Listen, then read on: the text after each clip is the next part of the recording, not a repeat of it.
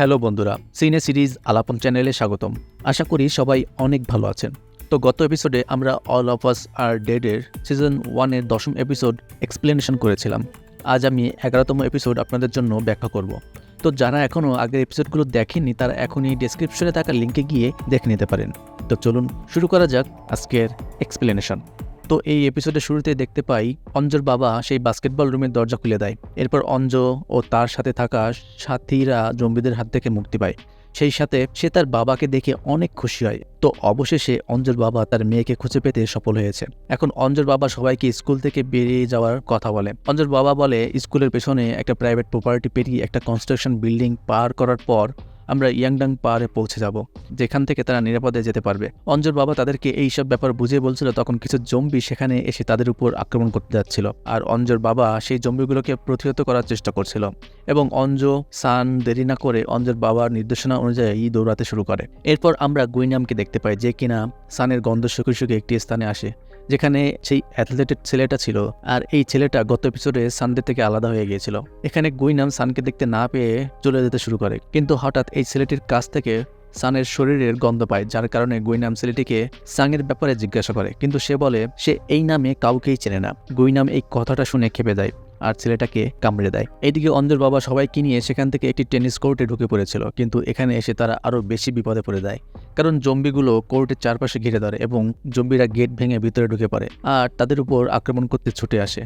এমন পরিস্থিতিতে অঞ্জর বাবা জম্বিদের দৃষ্টি আকর্ষণ করার জন্য একটি আগুনের ফুলকি অন্য পাশে ছুঁড়ে ফেলে, যার ফলে জম্বিরা সেটার দিকে যেতে থাকে। এরপর অঞ্জর বাবা ওই আগুনের ফুলকি এবং বাঁশির সাহায্যে জম্বিদের আকর্ষণ তার দিকে নিয়ে যায় আর এই সুযোগে অন্যদেরকে এখান থেকে বেরিয়ে যেতে বলে। সবাই বেরিয়ে যাওয়ার পর অঞ্জর বাবা নিজেকে ওই টেনিস কোর্টের মধ্যে আটকে দেয়, কারণ সে অলরেডি জম্বির কামড়ের শিকার হয়েছে আর কিছুক্ষণের মধ্যে সে হয়তো জম্বিতে পরিণত হয়ে যাবে।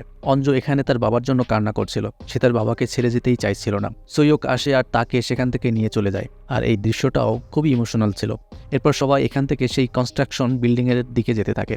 তারা এখানে ভাবে হয়তো এখানে কেউ নেই, কিন্তু সেখানে পৌঁছে আমরা আবার থমকে যাই আর সে আবার বিপদের গন্ধ পাচ্ছিল এবং দেখতে দেখতে অনেকগুলো জম্বি তাদের উপর আক্রমণ করতে ছুটে আসে আর এখান থেকে বাঁচতে বিল্ডিং এর উপরের দিকে উঠে লুকানোর জায়গা খুঁজতে থাকে এবং সেখানে জানালার বাইরে উইন্ডোজ সানসেটের উপর লুকিয়ে পড়ে, যার কারণে জম্বিরা তাদেরকে খুঁজে পায় না। এখানে অঞ্জ তার বাবার কথা চিন্তা করে কাঁদতে থাকে আর সান ওখানে তাকে সান্ত্বনা দিচ্ছে আর তাকে চুপ করানোর চেষ্টা করছে। এরপর আমরা অঞ্জর বাবাকে দেখতে পাই যে এখন পুরোপুরি জম্বি হয়ে গেছে আর ওই একই স্থানে আমরা সানের মায়ের জম্বিকেও দেখতে পাই, কিন্তু সানের মা অঞ্জর বাবা দুইজনই একে অপরের প্রতিবেশী হওয়া সত্ত্বেও এখন কেউ কাউকে চিনতে পারছে না। আর সেই মুহূর্তে ব্যাকগ্রাউন্ডে মিস্টার লি এর একটি কিছু কথা শুনতে পাই, যেগুলো সে ল্যাপটপে রেকর্ড করেছিল, যেখানে তিনি ফ্যামিলির কিছু ভ্যালু সম্পর্কে রিলেশন নিয়ে কথা বলেছিল।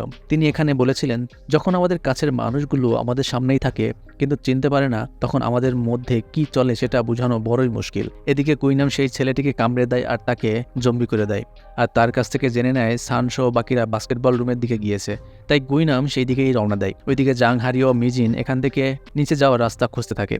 তখন ওখানে অঞ্জু তার বাবার কথা ভেবে ভীষণ ইমোশনাল হয়ে পড়ে। অঞ্জু তখন বুঝতে পারে নিজের প্রিয়জনদের হারানো কতটা বেদনাদায়ক হতে পারে, তাই সে সাংয়ের সাথে ইমোশনাল কথাবার্তা শুরু করলে সান তাকে এই ব্যাপারে পরে আলোচনা করার কথা বলে। এইদিকে গুইনাম সানকে পাগলের মতো খুঁজে বেড়াচ্ছে। সে এখানে খুঁজতে খুঁজতে বাস্কেটবল রুমের ওখানে চলে আসে, কিন্তু সেখানে সে কাউকেই দেখতে পায় না। কিন্তু একটা পর্যায়ে সে বাইরে এসে সাংয়ের গন্ধ পেতে শুরু করে এবং সে সেই দিকেই যেতে থাকে।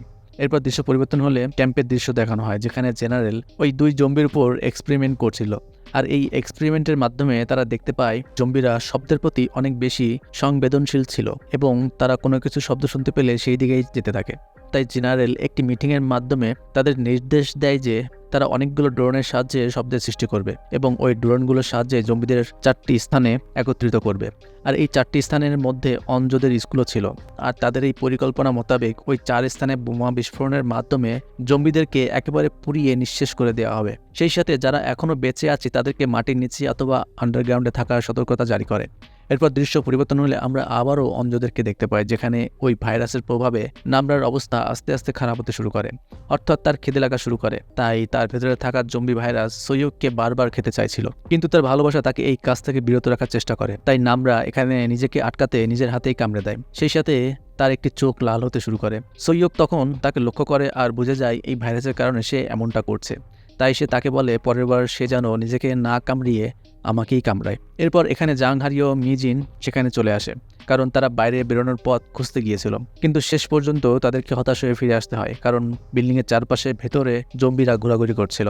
আর তখনই নামরা সৈন্যদের সতর্কতাবাণী শুনতে পাচ্ছিল, যেখানে তারা জীবিত থাকা মানুষদের আন্ডারগ্রাউন্ডে লুকিয়ে থাকার কথা বলছিল, কেননা খুব শীঘ্রই তারা শহরে বোমা ফেলবে, যার মধ্যে তাদের স্কুলের নামও ছিল। আর এটা শুনে তারা ভয় পেয়ে যায়। তারপর এই শহরে ড্রোন ছাড়া হয় এবং দেখতে দেখতেই সমস্ত জম্বি এবার ড্রোনের পিছনে দৌড়াতে লাগে আর এক জায়গায় এসে জড়ো হয়।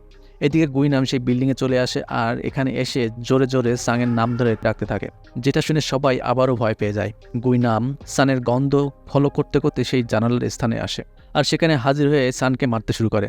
সানও গুইনামকে প্রতিহত করার চেষ্টা করে আর এখানে দেখতে পাই গুইনাম সানের হাতে একটা কামড় দিয়ে বসে, যা একেবারেই একটি অপ্রত্যাশিত দৃশ্য ছিল, কারণ আমি ভাবতেই পারিনি যে সান এভাবেই শেষ হয়ে যাবে এবং জম্বি হয়ে যাবে। আর এর মধ্যে সৈন্যদের ড্রোনগুলো স্কুলের মাঠে জড়ো হতে শুরু করে আর তীব্র আওয়াজের ফলে গুইনামের কষ্ট হতে শুরু করলে সান তাকে ধাক্কা দিয়ে নিচে ফেলে দেয়। এরপর সান বুঝতে পারে যে সে জম্বি হয়ে যাবে আর সেখানে থাকা সবাই খুব কষ্ট পেতে থাকে। অঞ্জু তার কাছে আসে আর সান তাকে নিজের নেম ব্যাজটা দিয়ে দেয়।